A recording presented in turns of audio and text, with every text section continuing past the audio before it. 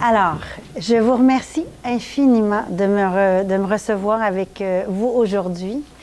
Vous le savez sans doute, on a le même âge, on fait partie de la même génération et je me sens parmi vous bien. Et je pense qu'on a une mission, on a des choses encore à apprendre, on a encore des missions à accomplir et on a une vie derrière nous qui nous aide. Et donc, ça me fait toujours plaisir d'être parmi mon monde parce que j'ai l'impression qu'on se comprend et qu'on va continuer de faire avancer les choses comme on l'a fait toute notre vie. Alors, donc, je vous félicite parce que vous êtes tous des intrépides qui êtes venus malgré la glace. C'est parfait. Alors, sans plus tarder, allons-y. Alors, voici la situation. Il y a une pente très abrupte. On est dans les montagnes. Il y a un train avec une locomotive, évidemment, arrêtée parce qu'elle est brisée. La cheminée fume. C'est probablement du engine hunting. On appelle, c'est quelque chose dans le moteur qui fait que les locomotives n'arrivent pas, les freins, les locomotives n'arrivent pas à garder leur rythme. Et donc, il y a les citernes derrière. Et pas de frein à main. Pas de frein à main, pourquoi? Parce que ce n'est pas obligatoire. Les employés essaient de trouver qu'est-ce qui se passe avec la locomotive qui ne fonctionne pas bien et la locomotive part à la dérive. Le dernier geste des employés avant de mourir sera d'appeler au village en bas pour demander qu'on dégage les citernes de pétrole qui sont stationnées à Fields, en Colombie-Britannique. C'était en février dernier. C'est la répétition exacte de ce qui s'était passé à Mégantic. Et pourquoi est-ce que c'est la répétition exacte? C'est parce que malgré toutes nos pressions avec les gens de Mégantic, le ministre Garneau, que je tiens personnellement responsable des 3 morts et des 2 orphelins de Fields, n'a jamais voulu passer un ordre obligeant les compagnies à mettre des freins à main lorsqu'ils étaient stationnés en haut des montagnes. Pourtant, c'est un astronaute, c'est un ingénieur. Astronaute, il connaît ça, la gravité, il sait que tout ce qui est en haut descend. Et un ingénieur est capable de comprendre comment ça fonctionne des freins pour arrêter un train, des masses de milliers de tonnes. Il a très, très discrètement, 2 jours après, passé un ordre, effectivement, pour obliger les compagnies à mettre ces fameux freins à main lorsqu'ils étaient arrêtés en haut des pentes. Le surlendemain, le CP puis le CN ont contesté ces ordres. Très discrètement, j'ai pas fait le suivi là-dessus, mais je peux vous dire qu'ils vont certainement gagner et puis que l'ordre va être enlevé. De toute façon, c'est un ordre temporaire. Mais plus que ça, j'ai lu le fameux ordre à un moment donné parce que, et c'est la raison du livre que j'ai écrit, le livre de Mégantic, le diable est dans les détails. Et donc, le fameux ordre s'applique à des pentes. L'obligation de mettre des freins à main s'adresse à des pentes de 1,8 %. La pente de Mégantic est considérée comme à peu près l'une des pires en Amérique du Nord et certainement en milieu habité. Elle est 1,2 %. Alors, voulez-vous bien me dire à quelle côte s'adressait l'ordre? C'est beau de faire un ordre, mais encore faut-il que ça s'adresse à un problème. Sinon, bref, ils ont publicisé leur ordre, mais ça ne s'adresse pas nulle part.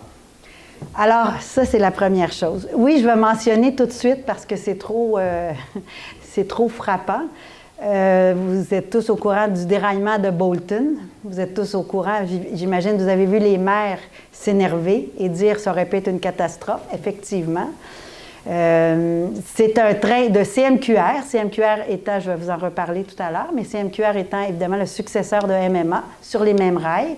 Il y a quelques mois, les gens de Mégantic, on a réussi à trouver avec les gens de Mégantic le rapport que Transport Canada Québec a envoyé à CMQR pour leur dire Vos rails sont dans un état épouvantable. Ça s'est détérioré de façon épouvantable depuis l'accident de Mégantic. Je dis l'accident, mais je ne le dirai plus. Depuis la tragédie de Mégantic. Et donc, on vous demande de réparer, s'il vous plaît. C'est pas vrai. On ne vous demande pas de réparer. S'il vous plaît, voyez-y et envoyez-nous vos rapports. Devant le tollé que ça a créé, parce que normalement, on demanderait de réparer, si c'est si épouvantable que ça. Le ministre Garneau, devant moi, parce qu'on était alors à moi directement, on était en campagne électorale et je suis allée le voir, il m'a dit « J'ai fait quelque chose de très important pour les gens de Mégantic, j'ai demandé qu'ils réparent, qu'on les oblige à réparer. » Est-ce que j'étais supposée être contente de ça? Je veux dire, ça te sert à quoi si tu ne les obliges pas à réparer quand c'est une dégradation épouvantable des rails sur lesquels se promènent du propane et des produits dangereux? Mais il était content de m'annoncer qu'il avait émis un autre ordre puis il leur demandait, s'il vous plaît, réparer. Mais, un, ils ne répareront pas. Et deux, on a vu ce qui est arrivé à Bolton. À Bolton, c'est des rails du CMQR, un train CMQR, des rails du CN. Le CN a annoncé, il y a environ une semaine et demie, qu'il mettait à pied 1600 employés. 1600 employés qui ne devaient rien faire, j'imagine, puisqu'on s'en... Ils ne devaient pas inspecter des trains, ils ne devaient pas inspecter des wagons, ils ne devaient pas inspecter des freins. On les met à pied comme ça. Et pourquoi les mettons à pied? Parce que le président du CN expliquait devant une assemblée comme ici, mais des actionnaires du CN, malheureusement, on visait de vous donner des redevances d'au-dessus de 10 %, mais il y a eu un ralentissement économique, alors on met 1600 personnes à pied et vous aurez quand même un 10 % de redevance, ce qui est quand même pas si mal, entre vous et moi, c'est pas si pire. Donc voilà. Et CMQR, je vous en reparlerai plus tard. Moi, je suis une activiste. J'ai toujours été derrière des gens. Je faisais les recherches et tout. Et je me suis... toute ma vie, j'ai passé... j'ai soutenu, j'ai essayé de soutenir des victimes. Les victimes de la béryllose à Gaspé, que la direction de santé publique ne voulait pas reconnaître. Les victimes de l'amiante, que les directions de santé publique ne voulaient pas reconnaître. Non seulement les mineurs un peu, mais pas beaucoup, mais tous les gens qui sont en contact avec l'amiante dans les écoles et qui en meurent non reconnus. J'ai essayé de les supporter. Les victimes à Shannon, où la Défense nationale et SNC-Lavalin ont contaminé l'eau potable, où il y a une enclave de cancer où des jeunes de 14 ans ont 4 ou 5 cancers simultanés. Et la direction de santé publique ne les a jamais reconnus. Toutes ces batailles-là, auprès des victimes, avaient toujours les mêmes ingrédients, mais on est des fois tellement sollicité, on ne sait plus où donner de la tête, il se passe tellement de choses qu'on n'a comme pas le temps de s'arrêter. Je suis arrivée à Mégantic 5 jours après la tragédie. Je suis allée là avec mon collègue Daniel Green de la Société pour vaincre la pollution, parce que ce qu'on a découvert, c'est que dans tous les cas de contamination, et on ne parle pas de pollution ici, on parle de santé publique, on parle de maladies et de morts. C'est de ça dont il est question ici. Dans tous les cas, les compagnies et les autorités prennent les échantillons, font des rapports, ceci, cela, et quand les victimes essaient de se défendre, de se faire indemniser ou même souvent de se faire soigner, ils ne sont pas capables parce qu'il n'y a personne de leur côté pour apporter des données fiables. Donc, cette fois-ci, la première chose qu'on entendait à la télévision, c'était que le pétrole ne venait pas du Dakota, que c'était du pétrole ordinaire, tout ça, et qu'il y en avait 100 000 litres de répandus. 100 000 litres, c'était pas possible. Qui ne venait pas du Dakota, on l'a trouvé en 10 minutes que c'était pas du Dakota. Alors, pourquoi est-ce que les autorités nous mentaient? 100 000 litres, c'était par wagon, puis on a envoyé une quarantaine d'empilés. Et il suffisait de suivre la ligne pour savoir qu'il venait du Dakota.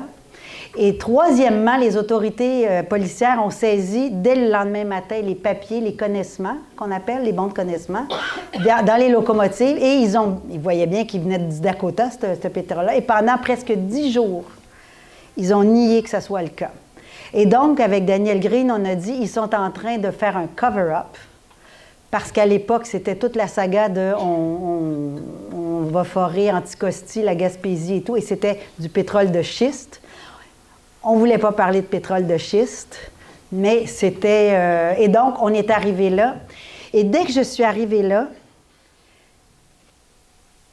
et c'est quelque chose que, quand on arrivait là, on ne peut plus en partir. Il y a une dame tantôt qui me disait qu'elle venait de Fatima et qu'elle était là-bas.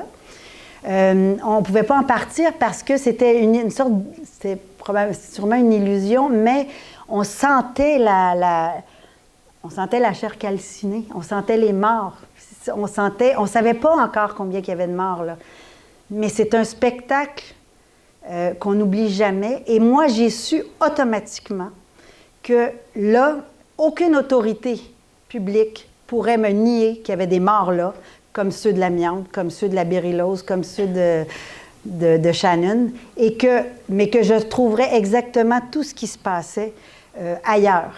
Que c'était le symbole, le fil rouge qui dépassait de la pelote, qui ferait qu'enfin on comprendrait. Et pourquoi est-ce que c'était encore plus significatif? C'est qu'on ne savait pas encore il y avait combien de morts, mais la réponse était claire de tout le monde. Il y a un gars en haut de la côte qui n'a pas mis assez de frein. Mais il faisait quoi, un gars en haut de la côte, tout seul la nuit, avec ce qui s'est avéré être 85 wagons de bombes? Comment ça que c'est permis de... Qu'est-ce que ça fait dans nos montagnes, ça, à côté des... Et à ça, il n'y a jamais eu d'autre réponse et il n'y a encore aucune autre réponse, à l'heure où on se parle, que c'est un gars en haut de la côte qui n'a pas mis assez de frein. Voilà où on en est. Alors, dès que je suis revenue de Mégantic,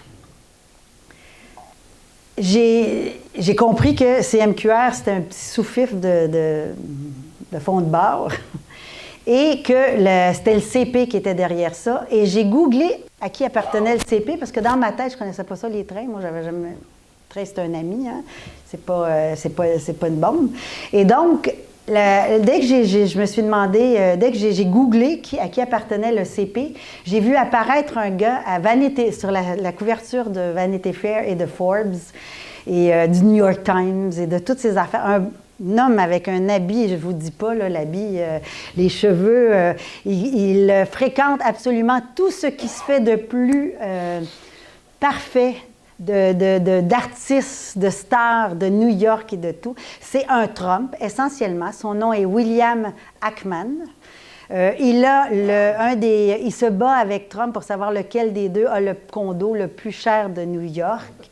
Il a reçu de son père, comme un Trump, un gros chèque et il a commencé à faire son argent avec ça.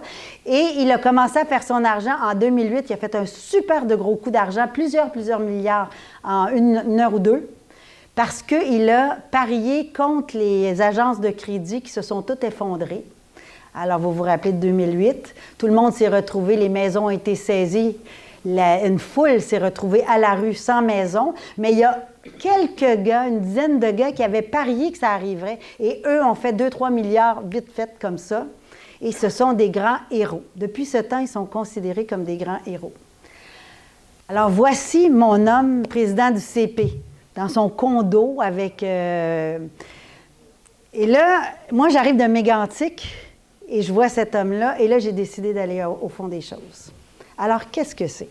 Alors, on avait des actionnaires du CP qui trouvaient ça épouvantable que leurs actions faisaient 4-5 %, des fois 10 %, alors qu'au CN, ça faisait du 60-70 %. Alors, à New York, un soir de juin 2011, ils ont fait un souper dans un grand restaurant, un des plus chers de New York, et ils sont allés chercher un des hommes du fameux Ackman. Et ils lui ont dit essentiellement, ça va faire, tu vas nous faire autant d'argent que les autres, et donc, est-ce que tu peux faire quelque chose? Et Ackman a dit, bien, je vais regarder ça. Et il a regardé ça. Et il s'est dit, hé, Le CP, c'est un des plus beaux réseaux de l'Amérique du Nord. Il y en a 2 autres. Il y en a un qui est le CN, dont le contrôle appartient aujourd'hui à Bill Gates. Et l'autre, BNFR, je mélange toujours les lettres, qui appartient à Warren Buffett, c'est-à-dire les 2 plus riches, à peu près personne au monde. Et donc, Ackman a dit, mais c'est absolument merveilleux. Alors, il a dit, le monsieur qui est allé, qui a réussi à faire autant d'argent au CN s'appelle Hunter Harrison.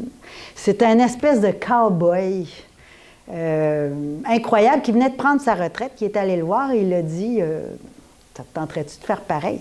Aucun problème, ça me fait plaisir. Mais en plus, alors, les 2 ont pris le contrôle du CP dans une bataille ridicule, mais en même temps qui est tellement significative de ce qui se passe. Ils ont pris le contrôle, ils ont mis tout le monde du conseil d'administration dehors. Ils se sont battus. Ackman est arrivé à l'aéroport de Dorval dans un froid matin de novembre alors qu'il pleuvait. Alors lui est arrivé dans son avion privé.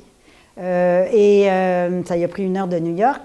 Les gens du CP ont traversé le Canada en train, ça leur a pris 3 jours. Ils étaient dans un hangar, il faisait froid. Et là, Ackman a dit, ou bien vous me donnez le contrôle, ou bien je vais vous faire une guerre nucléaire.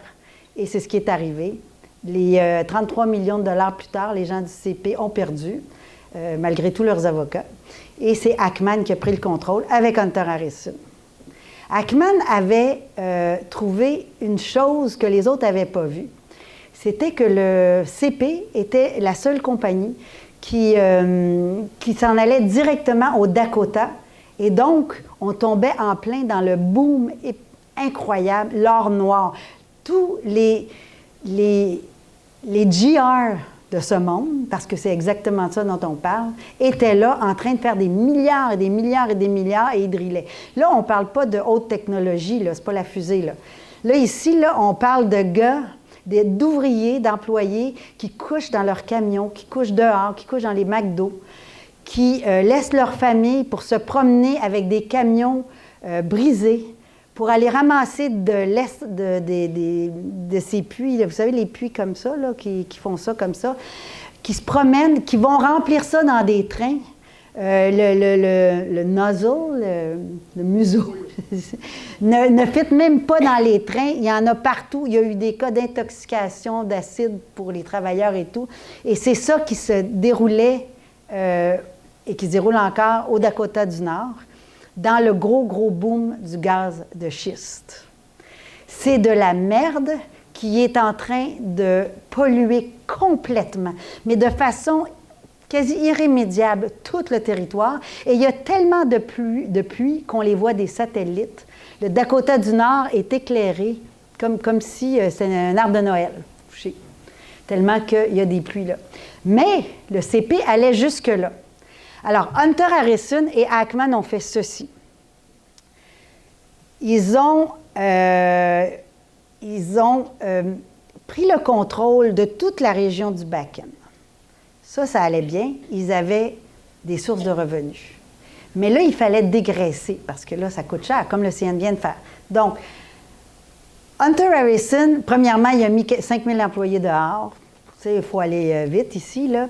En passant, Ackman, pour certains, je ne sais pas si vous connaissez, mais c'est lui qui avait pris le contrôle de Valeant. Valeant, c'était la grande star de notre bourse au Québec et au Canada aussi. Il y a beaucoup de fonds de pension qui avaient Valeant. Il avait pris le contrôle de ça. Et il a fait tellement de fraude et tout que tout a tombé. Les fonds de pension canadiens ont perdu là-dedans. Ça a été une catastrophe. C'est ce genre de monde-là qu'on a à la direction de nos de bien des entreprises d'ailleurs, mais aussi de nos ferroviaires. Ferroviaire, n'oubliez jamais, qui est un symbole du reste. Donc, pour revenir à notre fameux Harrison, il a dit, OK, premièrement, on met tout le monde dehors. On n'a pas besoin. Deuxièmement, on rallonge les trains puis on augmente leur vitesse parce que ça ne va pas assez vite, puis nous autres, il faut aller vite. Alors, il a mis sur pied les fameux trains-blocs. Ça, c'est ces longs trains qu'on voit passer maintenant, qu'on ne voyait pas avant. Avant, c'était un mix. Et maintenant, on voit les longs trains de... Alors, on est passé de 4-5 000 tonnes de trains, des 40, soit 50 wagons de bois, puis de toutes sortes de choses comme ça, à des 10 000 et plus, ça va jusqu'à 20 000 tonnes. Des fois, ça fait 3 km de long. 3 km de long, qui vont d'un point à un autre le plus vite possible parce qu'il a réussi à augmenter ses vitesses d'au moins 20 et, de ces trains. Et donc, imaginez-vous, là, on n'a plus d'employés, on va vite, on a des gros trains, on augmente les poids, let's go, ça va bien. La minute que Hunter Harrison a pris la commande du CP avec Ackman, les chiffres ont monté de dividendes des actions de 50 C'est fou, ça a été fou. C'était comme si les actionnaires étaient tellement contents, c'est comme si on leur avait donné vie encore. En 1 an et demi, Ackman aura fait presque 3 milliards de dollars en 1 an et demi quand il a vendu, juste avant la tragédie de Mégantic. Donc, tout va bien. Le problème aussi, puis là, j'ai rencontré un monsieur Dion ici, le problème, c'est que ces poids-là et ces vitesses-là, c'est toujours sur les mêmes rails. Hein? Puis nous autres, on transportait du bois sur ces rails-là, on transportait des autos. Et là, Hunter Harrison dit, je le sais, il dit très bien, il dit comme ça, il dit, je sais très bien que je me promène avec mes trains sur des voies ferrées de 1950 mal jointées, puis que ça ne peut pas supporter ça. Je le sais très bien. Je ne suis pas pour investir de l'argent pour une industrie qui va peut-être être finie dans 10 ans. Non, non, non. Let's go comme ça. Et pour ajouter on le verra plus tard, mais pour ajouter à la chose, on a réduit le nombre de personnes, parce que vous vous rappelez tous qu'avant, on avait du monde en avant, du monde en arrière, puis bon, il y avait 4-5 gars sur ces trains-là, là. Mais là, let's go, on y va avec un gars, ça va faire seul, c'est correct. Donc, on s'est retrouvés à l'intérieur de quelques années, sans que personne s'en rende compte, avec des bombes lourdes à des vitesses folles sur des rails pas faits pour ça. Et M. Dion pourra vous le confirmer, quand on tourne, il y a des courbes, il y a des côtes, alors, un train, ça s'en va comme ça. Quand ça fait 3 km, là, il n'y a pas un bout du train qui est à la même place que le début, premièrement. Deuxièmement, ça ne change pas comme ça parce que tout est calculé au millimètre près pour les courbes, l'inclinaison des rails. Donc, ça devient extrêmement dangereux. Alors, les syndicats se sont énervés. Et on dit que ça devient extrêmement dangereux et ils se sont énervés. Hunter Harrison, et là, ils ont parlé d'une culture de peur.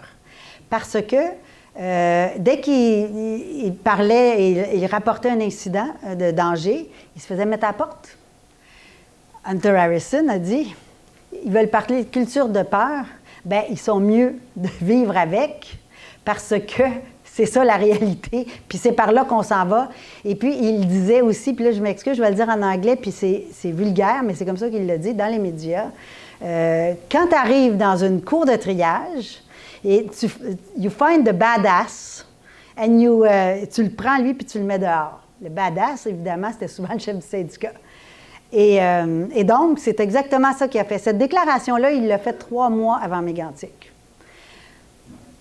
2 semaines avant Mégantic, il y a à Calgary, Calgary ou Winnipeg, je mélange toujours ces deux, je m'excuse pour les gens de là-bas, les deux, ils sont en crue, je pense que c'est Winnipeg, ils sont en crue, la rivière déborde et tout. Il y a un train, c'est Winnipeg, il y a un train qui déraille sur le pont, les trains, les wagons de pétrole sont au-dessus de la rivière, c'est l'enfer total. Et le maire, avec ses policiers, a de la misère à se rendre là parce qu'il y a une police privée du CP et du CN. Et donc, le maire va dire, comment ça se fait que c'est mes gars qui essaient de sauver l'eau potable de ma ville alors que j'ai même pas le droit d'aller voir qu'est-ce qui se passe exactement. Et je voudrais bien savoir combien d'inspecteurs le CP a mis à pied récemment. Donc, on en est là. Ça, on est à 2 semaines avant Mégantic. 1 semaine avant Mégantic, il y a un train qui déraille à Vachon, juste de l'autre côté de Mégantic. La locomotive était brisée à des rails. Correct. Donc, on en est là. On a des trains, on a des rails, on a un gars, c'est lourd, c'est explosif. On apprendra que c'est mal étiqueté. Pourquoi? Parce que ça coûte beaucoup moins cher de mal étiqueter comme du pétrole ordinaire plutôt que d'étiqueter dangereux. Et on en est là 2 semaines avant Mégantic. Ça, c'est la partie prédateur capitaliste. Ça, c'est la partie, on fait de l'argent, on sait qu'il va arriver un accident, on sait qu'il va y avoir des morts, et on s'en fout. Ça, c'est ce que Boucard Diouf appelait les hyènes, les chacals. Mais on est au Canada. On n'est pas en Thaïlande ou je ne sais pas où. Là. On se dit, oui, mais nous, on a une structure gouvernementale, on a des fonctionnaires, on a des gens qui, tu sais, je veux dire, on a quelqu'un là, qui s'occupe de ça. Oui, on a quelqu'un qui s'occupe de ça. Alors, à partir de 2007, ça a été la déréglementation, tout le monde en a entendu parler. Et donc, on a donné de plus en plus de pouvoir aux compagnies. On l'a vu avec Boeing récemment. C'est les compagnies qui s'auto-réglementent, qui s'auto-surveillent et tout ça. Ça, c'est la partie système. On le sait, le système est croche et pourri. Et ça, je suis d'accord avec ça. Mais là où je veux aller plus loin, c'est que le système, c'est facile de dire le système ne va pas bien, mais il y a des gens qui signent en bas de la page, des gens avec des noms, qui littéralement vendent notre sécurité, notre vie, dans le cas et qui sont jamais, responsabilisés parce que c'est le système a dérapé. C'est un gars qui a mal fait ses affaires. C'est ceci, cela. Et là, j'en arrive à la partie gouvernementale. Donc, tout allait bien pour les compagnies. C'était de plus en plus déréglementé, on leur donnait de plus en plus de pouvoir. Et pour finaliser le tout, il y a un monsieur qui s'appelle le ministre Baird qui a dit « let's go » à fond la caisse. Et donc, il a littéralement donné aux compagnies tout ce qui leur manquait. Tout ce qui leur manquait. Et dans le cas des compagnies ferroviaires, il dit sur son site web, Transport Canada, on fait des règlements, on fait des lois et tout. Et dans le cas des compagnies ferroviaires, on accompagne les compagnies ferroviaires, CNCP et les autres, qui font leurs propres règlements et leurs propres règles et qui s'autosurveillent. Ça m'a pris énormément de temps à comprendre qu'est-ce qui se passait véritablement. Alors voici. Vous laissez vos clés dans votre auto, vous avez une contravention. Vous voulez couper un arbre chez vous, vous avez une contravention, vous devez aller chercher un permis en vertu d'un règlement. On sait tous c'est quoi un règlement. La beauté avec l'industrie ferroviaire, c'est qu'il y a des règlements qui disent « appliquez vos règles ». Mais les règles, c'est rien. C'est quoi une règle? Les règles de jeu de Monopoly, les règles de jeu de domino. Les règles, ils font leurs règles. Et ils les surveillent et ils les appliquent ou pas, dépendant. Le règlement dit, vous devez appliquer vos règles. Mais c'est eux qui les font, les règles. Alors, c'est eux qui vont décréter si leur rail est en mauvais état ou pas. Donc, à CMQR, à Bolton et à Mégantic, tout le monde le sait. Le Transport Canada, tout le monde sait que les rails sont en... Il y a une clause qui dit, vous pouvez décréter que vos rails sont en mauvais état puis vous ne pouvez pas mettre de produits dangereux. Mais c'est la compagnie qui fait ça. Est-ce que la compagnie va s'empêcher de gagner de l'argent? Bien non. Et donc, la compagnie fait essentiellement ce qu'elle veut. On se dit, est-ce qu'il y a un ministre quelque part? Tu sais, moi, j'aurais aimé trouver qu'il y avait une enveloppe brune, il y avait eu ceci, cela. Puis là, on trouve la personne qui est corrompue ou le système, on les met dehors. Puis tu sais, ça va bien, on est rassuré. Non, parce que Baird, qui a finalisé tout ça et que ça s'est continué après avec le Bell, littéralement, maintenant, ce n'est plus nécessaire de demander la permission au ministre d'avoir un seul gars, un one-man crew qu'on appelle, parce qu'ils font juste informer le ministre qu'il y a ça. Ils font ce qu'ils veulent. Alors, le ministre Baird, qui incidemment a quitté la politique, est allé, en quittant la politique, est allé sur 2 conseils d'administration. Le premier, c'était Barrick Gold. Pour ceux qui étaient ici pour Alain Deneau, vous allez voir que c'était la compagnie qui a la pire bilan de droits humains au monde minière, puis c'est une Canadienne, et au CP. Il est allé rejoindre Hunter Harrison et puis ils n'ont jamais voulu dire s'il y avait de l'argent ou pas, mais on sait. Donc, oui, maintenant, je l'ai vu ressourde, oui, effectivement, il revient en politique et tout. Donc, il y a des gens, et c'est ça qui est le plus dramatique, dans le cas des pétrolières, mais des ferroviaires aussi, c'est que rien n'est absolument possible si nos propres élus et hauts fonctionnaires ne leur ouvrent pas la porte comme ça. Il est là le problème. À Mégantic, le train, comme vous le savez, est descendu. Et là, je tiens à rappeler, parce que ce n'est pas que jamais que ça tombe comme des... Il faut jamais que ça devienne des statistiques dans la tête de personne. Il faut que ça reste Élodie, Frédéric, 19 ans, Cathy Clusio, 25 ans. Il faut que ça reste des êtres humains qui ont perdu la vie dans un crime où l'arme était un train, la munition était du pétrole explosif mal étiqueté pour épargner de l'argent, où le CP, World Fuel et Irving l'acheteur savaient parfaitement que c'était mal étiqueté. Qu'est-ce qui est arrivé après ça? Combien ça a pris de temps avant qu'on pogne Irving? Ça a pris des années, c'est arrivé il y a un an environ. Ils ont eu 400 000 ou 40 000 d'amende pour se faire prendre. Et il n'y a personne qui surveille encore, si ça se trouve. Il y a encore des choses mal étiquetées qui se promènent. C'est ça notre système à l'heure actuelle. Est-ce qu'on peut leur faire confiance à ces gens-là? Non. Donc, et là, je suis déprimante, mais vous allez voir que je ne veux pas rester comme ça. Donc, le train descend, et jusqu'à ce jour, il n'y a eu aucune autre personne d'autre d'accusation que les trois gars, Tom Harding, Richard Labrie et leur patron, qui était un petit patron du Québec, ce qu'on appelait un peu le boss des Bécosses à l'époque. Mais bon, c'est quand même un homme qui a souffert énormément, dont je le respecte. Là. Mais il reste que la principale personne, c'est Tom Harding, le conducteur, et Richard Labrie, deux personnes que je connais. Trois personnes dont la vie est complètement détruite. Et j'ai assisté à tout le procès. Et on s'est assuré pendant le procès que jamais le procès était étalé sur 15 heures seulement. Et jamais on a débordé sur les règles, la loi, sur rien de ça.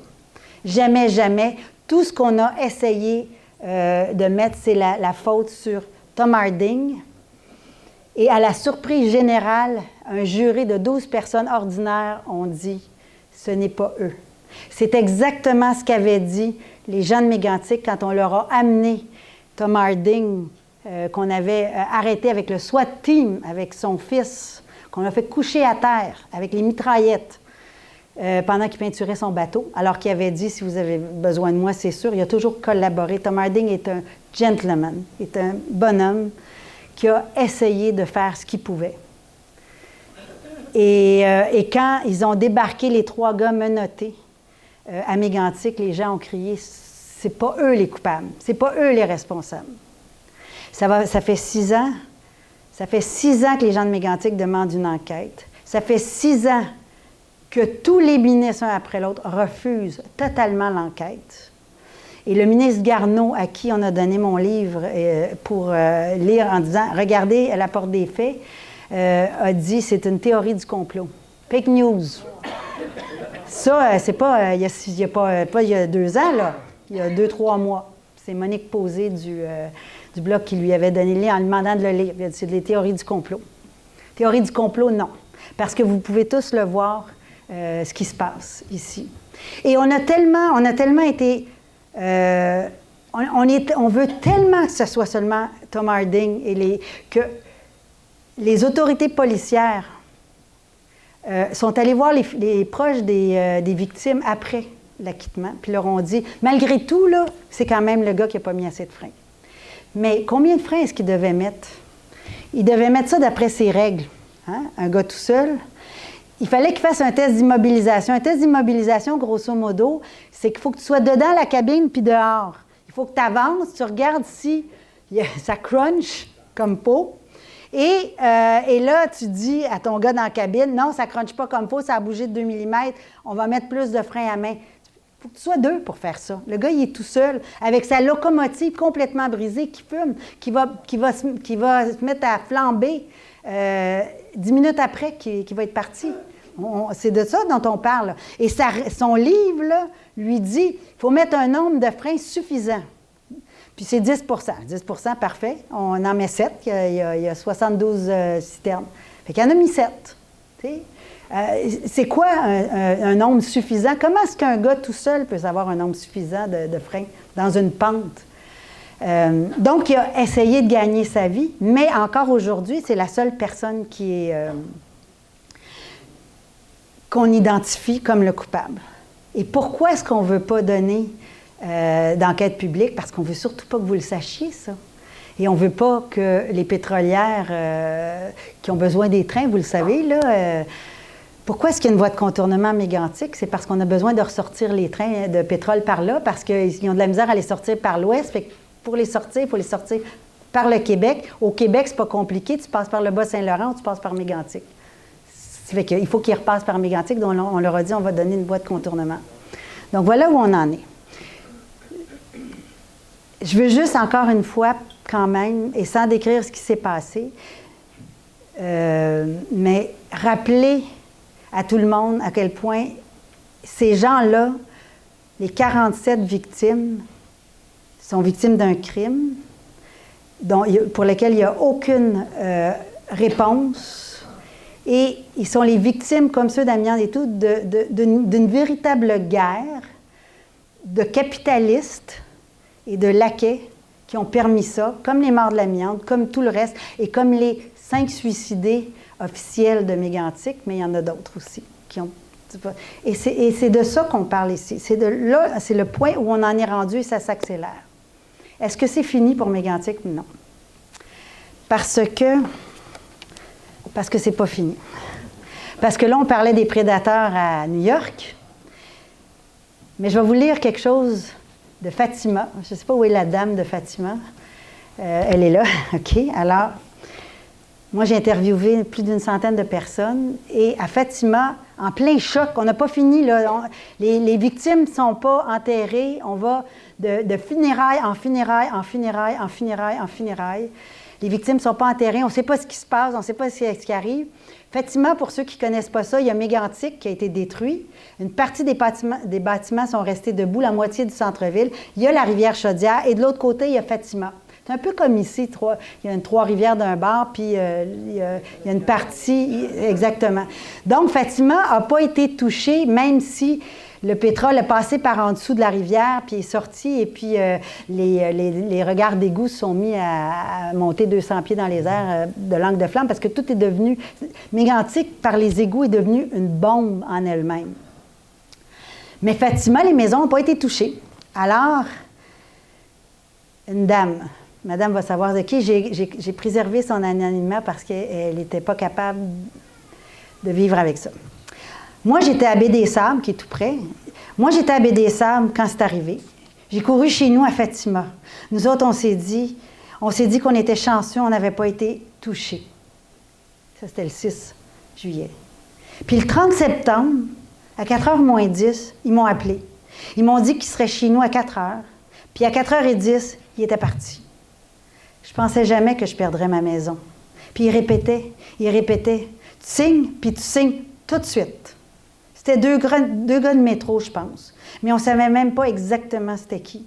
Ils nous ont dit, on est ici pour acheter votre maison, puis vous n'avez pas le choix. Ou bien vous signez tout de suite, puis on vous donne l'évaluation plus 15 %. Ou bien vous ne signez pas, puis on vous exproprie. Vous aurez 90 % de l'évaluation. 90 puis 2 semaines pour sortir d'ici sans rien apporter. On met la clé dans la porte, puis dehors. Tout ça, ils nous ont dit, c'est la loi 57, puis vous n'avez pas le choix. C'était tout en beau bois chez nous, du pain. J'avais ma piscine. Je venais toute de rénover, frais neuf. C'était la maison de mon père. Ça faisait 27 ans que j'avais mon commerce là. Notre maison était toute belle, toute réparée, à mon goût. Tout le plancher était en belles planches de pin. Des châssis tout neufs. Ça s'est passé tellement vite, on n'a même pas eu le temps de réfléchir, encore moins d'appeler un avocat. On n'y a même pas pensé à l'avocat. On ne savait même pas si c'était Jean Coutu qui achetait ou Métro. C'est le notaire de Jean Coutu qui est venu nous apporter l'argent. Moi, je pleurais, puis lui était triste. Il m'a dit, d'habitude, j'apporte le bonheur, mais là, c'était le malheur. Quand je rentre chez Jean Coutu aujourd'hui, le nouveau Jean Coutu à Fatima, je peux dire où était toute ma maison, ma cuisine, mon nouveau fauteuil. Ça me fait tellement mal quand je vais là, ça n'a pas de sens. Je ne peux pas parler. On dirait qu'on n'est pas capable de parler. On a peur de tout. Je ne sais pas pourquoi on a toujours peur. C'est peut-être à cause de ce qui est arrivé. Madame M, qui avait un commerce à Fatima, que peut-être vous savez que je ne veux pas nommer parce que c'est facile d'identifier après, a été expropriée avec toute sa rue, une maison parfaitement saine, en 2 mois. En 2 mois, ils n'ont jamais rien vu. Il était tout occupé à aller aux funérailles. Madame m'a dit qu'elle connaissait 25 des personnes. Les gens ont tous été à au moins 20 funérailles. Et ils les ont tous mis dehors. Et ça, c'était Jean Coutu et Métro. Aujourd'hui, Fatima, la grande partie du petit village de Fatima appartient au groupe Jean Coutu Métro, qui se sont alliés ensemble, Métro Immobilier. Et on a tous donné de l'argent quand c'est arrivé. On a tous envoyé nos 20 $. Avec ça, ils ont constitué le fonds Avenir Mégantic. Il y a eu 4 millions de dollars. Madame M a eu 959 $. Madame M a été malade. C'est la Croix-Rouge qui l'a aidée. Elle a eu 959 $ du fonds Avenir Mégantic. Et toutes les expropriations dont je parle dans le livre, ils ont eu en bas de 1 000 $. La municipalité a obligé, puis je vais vous y revenir, Jean Coutu et Métro, qui ne voulaient pas aller là, elle les a obligés à s'en aller là-bas. Et pour se réinstaller, ils ont au-dessus de 1,5 million, Métro et Jean Coutu, qu'ils ont eu du fonds Avenir Mégantic. Madame M, 959 $.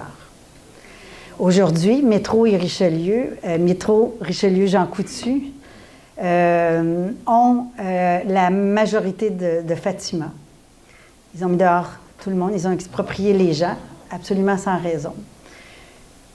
Ils voulaient gentrifier. Pendant que les gens étaient complètement sous le choc, ils ont, avec les autorités de la ville, dirigées par Mme Roy-Laroche, ont racheté de toutes sortes de façons les bâtiments qui étaient encore debout au centre-ville. Ils ont fait une consultation qui s'est appelée « Réinventer la ville ».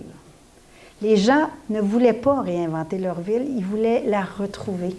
Faire comme si le cauchemar n'était jamais arrivé. Et il restait des beaux bâtiments qui venaient d'être rénovés.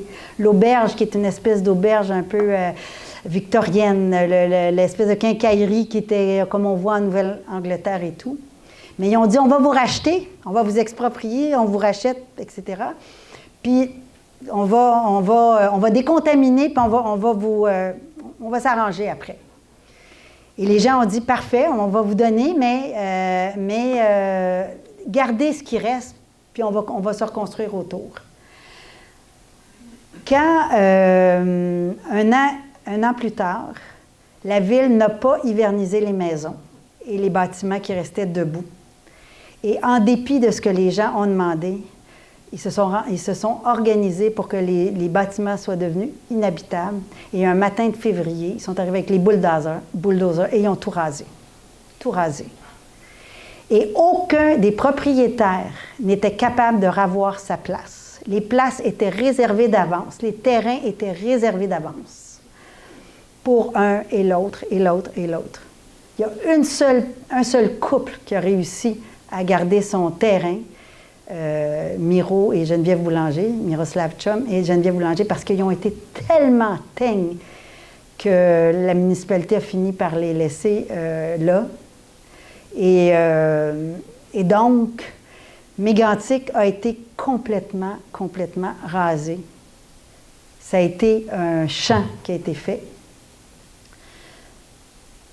avec la complicité des gens comme le groupe immobilier Métro et Jean Coutu. Et à chaque fois que je vais dans des endroits comme ici, je dis à tout le monde, s'il vous plaît, vous allez écrire au groupe Métro et vous allez leur demander de rembourser le million qu'ils doivent aux gens de Mégantic parce que là, ils n'ont plus, ils vident le fonds Avenir Mégantic. Et il y a des gens qui le font. Et ils n'ont jamais aucune réponse. Jamais aucune réponse. Chaque fois que je vais dans les médias, je demande que Métro rembourse ça. Il n'y a jamais aucune réponse. Le silence.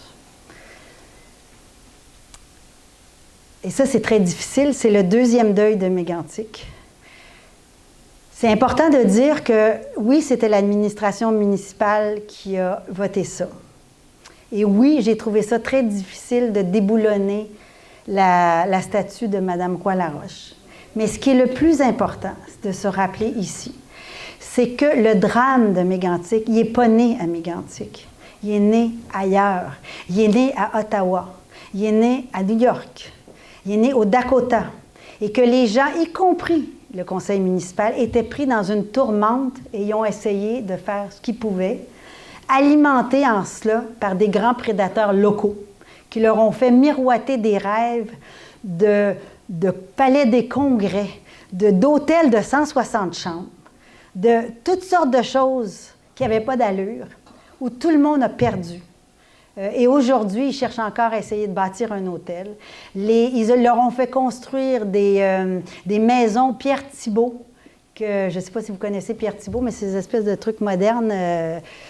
Les gens à Mégantic, c'était Boomtown, c'est un peu comme ici. Il y avait des choses victoriennes, des choses, un peu avec les glaçons là, de Noël. Mais c'est ça qui fait le caractère humain. Fait que quand tu leur construis des affaires, c'est comme des boîtes, bien les gens disent c'est des boîtes. Et en plus, une maison Pierre Thibault, quand tu veux la racheter, c'est un semi-détaché, c'est quand même 675 000 $. Bien, quand tu travailles dans une usine de panneaux de bois ou que tu fais pousser des sapins de Noël, c'est beaucoup d'argent. Hein? On s'entend que ça... Bon. Alors, la situation à Mégantic, c'est ça. Et là, ce que j'ai appris, c'est que quand ils sont arrivés avec la voie de contournement, je ne comprenais pas pourquoi. Personne ne comprenait pourquoi ils voulaient passer pour exproprier encore plus de monde. Bien, je l'ai découvert, puis c'était facile de le voir. Ils voulaient passer la ligne d'Hydro-Québec pour vendre aux États-Unis. Là, dans les maisons qui n'avaient pas été démolies. Là, tu te dis, hey, y a-tu quelqu'un qui est humain dans la tour d'Hydro-Québec? Qui c'est qui a eu l'idée de passer une ligne de pylône de 735 kV à Mégantic? Je ne le sais pas. Je ne le sais pas. Je vous dis. Alors, ça s'accumule comme ça. Et là, il va y avoir d'autres expropriations parce que le ministère ne veut pas changer le tracé. Le tracé a été dessiné par CMQR. Il leur appartient. CMQR, c'est le successeur de MMA. On leur a donné la voie de contournement qu'ils veulent flambant neuve. CMQR appartient à Fortress, qui était un conglomérat de 70 milliards de dollars de Floride qui vient d'être vendu à des Chinois. Ou des Japonais, je me souviens pas, je pense que c'est des Chinois. Alors quand nos maires de municipalité viennent dire, on va demander, après Bolton, on va demander à nos maires, à nos ministres, on va rencontrer des ministres et tout, de faire quelque chose, ils peuvent bien. Mais appelez Bill Gates, appelez Ackman, appelez le gars en Chine à qui appartient CMQR. Donc là, CMQR qui a acheté pour des pinottes avec l'aide gouvernementale sa voie ferrée et des subventions, qu'on leur a donné, parce que la Caisse de dépôt avait investi là-dedans, bien, ils demandent 3 fois le prix pour mettre en vente. Ils vont trouver pour mettre en vente. Et c'est ça la situation. Et là, vous m'avez fait énormément réfléchir pour venir ici. Parce que je voulais pas... Parce que je suis une activiste.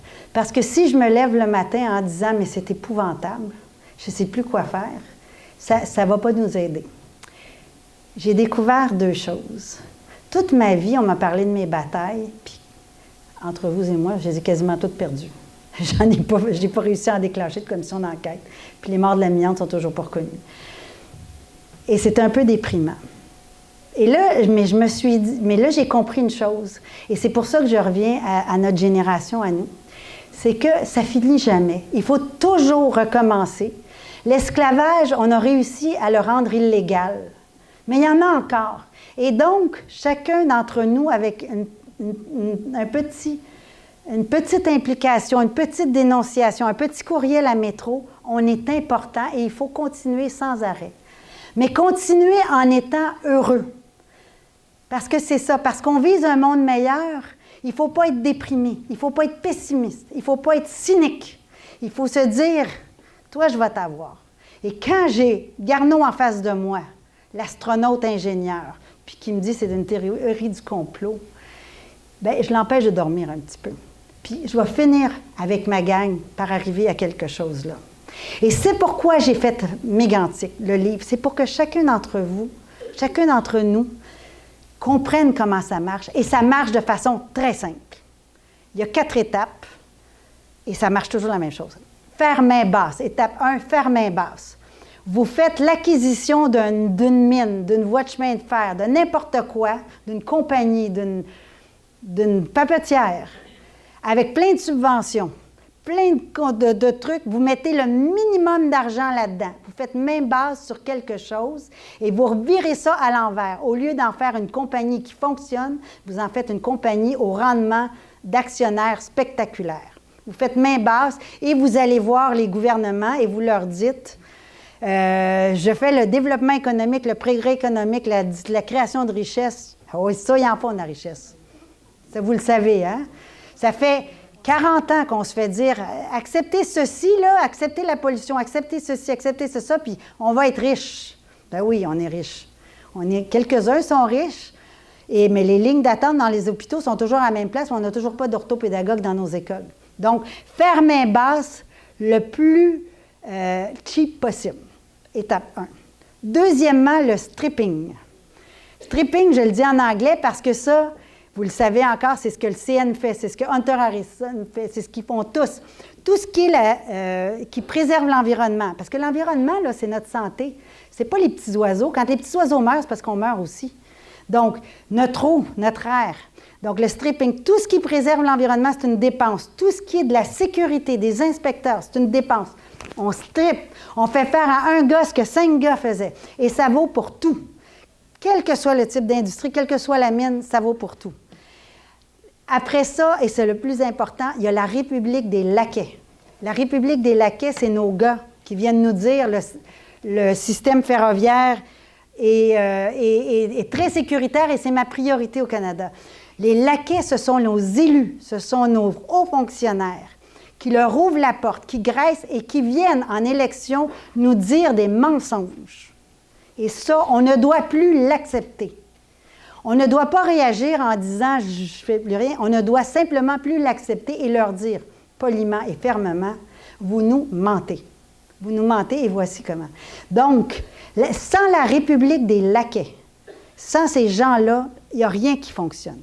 Et comme il arrive toujours des accidents, bâtis dans le système, il y a la fabrication des boucs émissaires. La fabrication des boucs émissaires est inclue dans le système, je l'ai vu. Quand nos autorités policières sont allées chez MMA, les gars aux États-Unis, ils effaçaient le disque dur devant eux. C'est comme, attends là, ils n'ont jamais demandé à MMA comment ça se fait que c'était mal étiqueté. Ils n'ont jamais rien demandé de ça. Attends, là, c'est quoi là, la chose? La fabrication des boucs émissaires. Donc, le conducteur de train, l'employé qui va dire c'est le grutier. C'est pas le fait que ça fait 40 heures qu'il est sur sa grue. La fabrication des boucs émissaires, ça va toujours être la personne en bout de ligne qu'on va dire c'est le coupable, pour pas que tout le reste apparaisse. 4 étapes. C'est toujours comme ça que ça marche. Alors, nous, notre mission, de façon heureuse, enjouée, mais persistante, on écrit un email ici. On va voir notre homme politique qui veut venir se faire réélire. On lui pose des questions. On suit ce qui se passe. Et on n'arrête pas. Et c'est comme ça que, sans arrêt, génération après génération, on s'en va quand même ensemble vers un monde meilleur. Et on va y arriver. Voilà.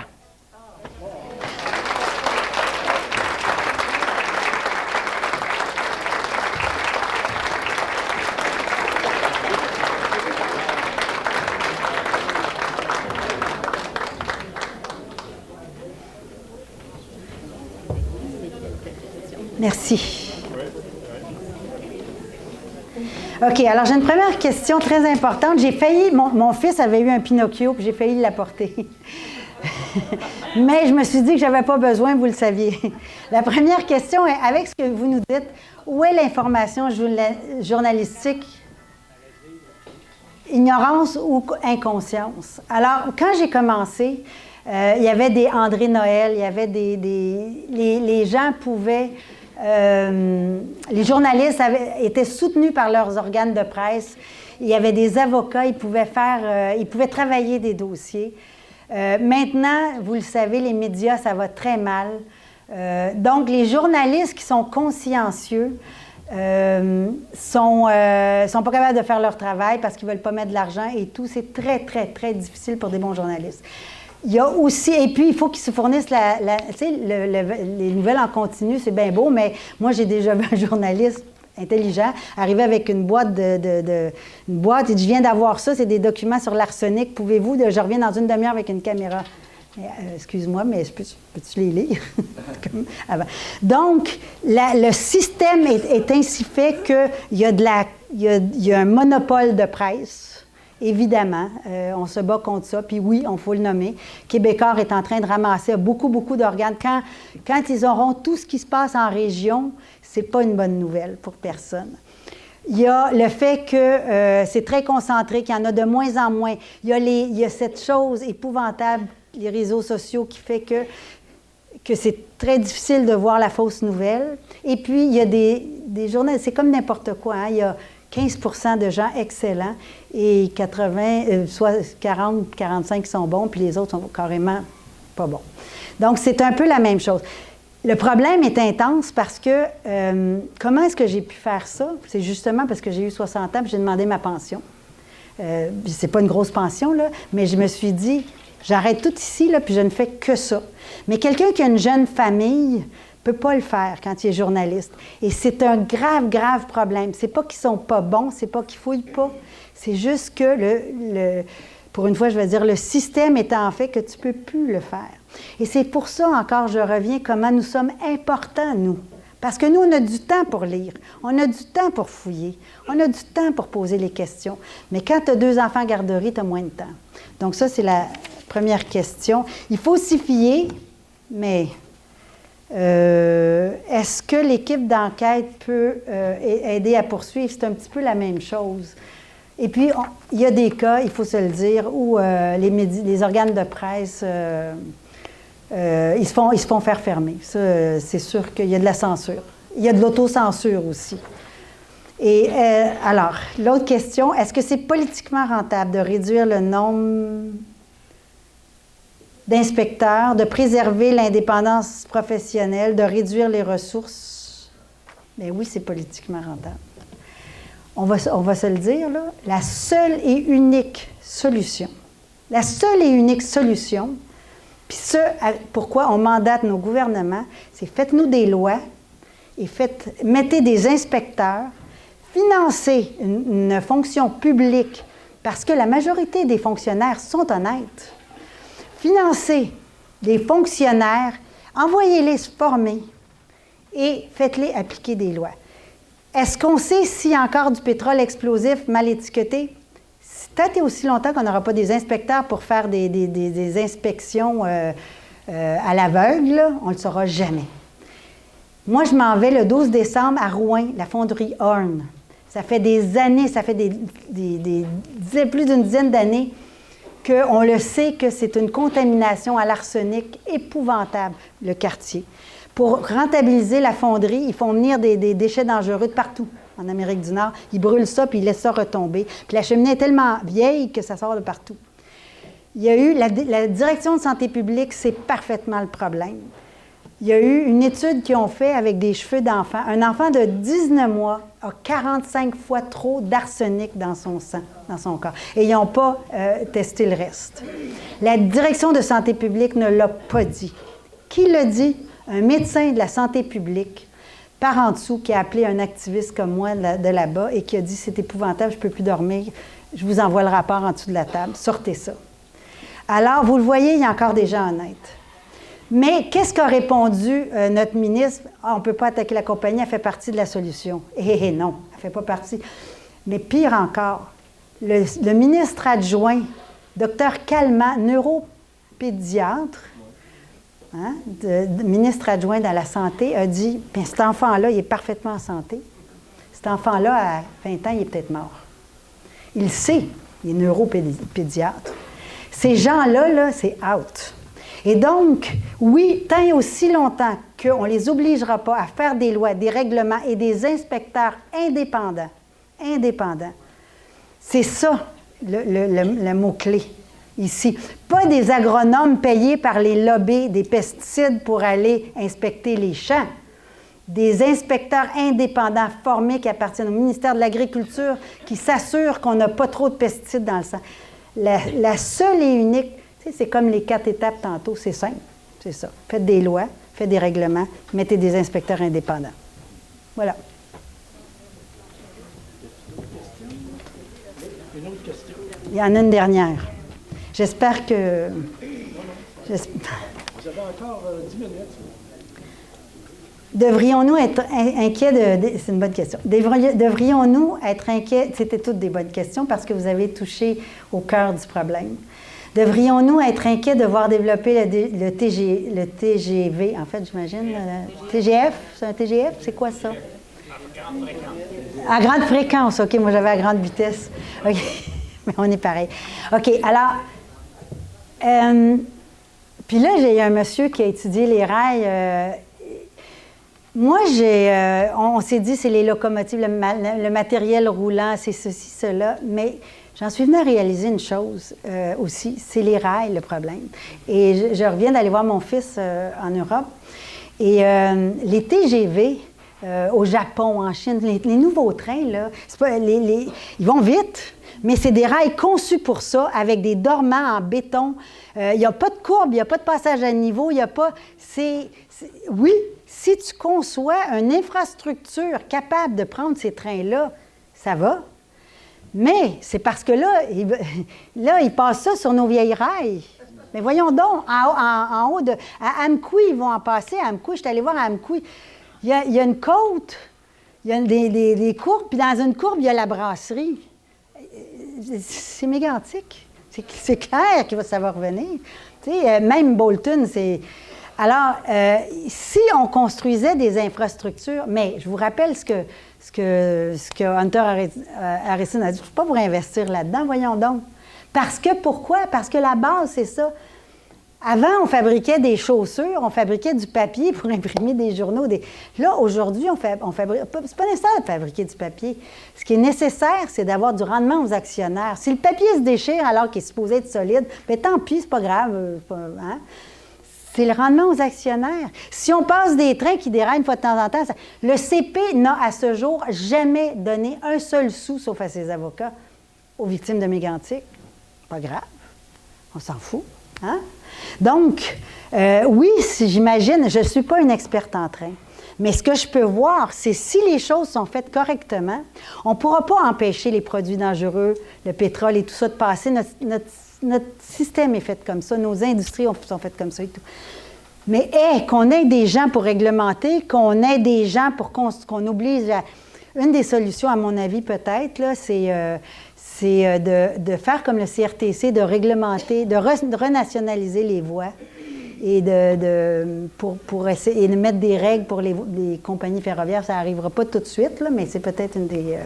Donc oui, si c'est bâti pour ça, parfait, mais là, ça ne l'est pas du tout. Alors voilà.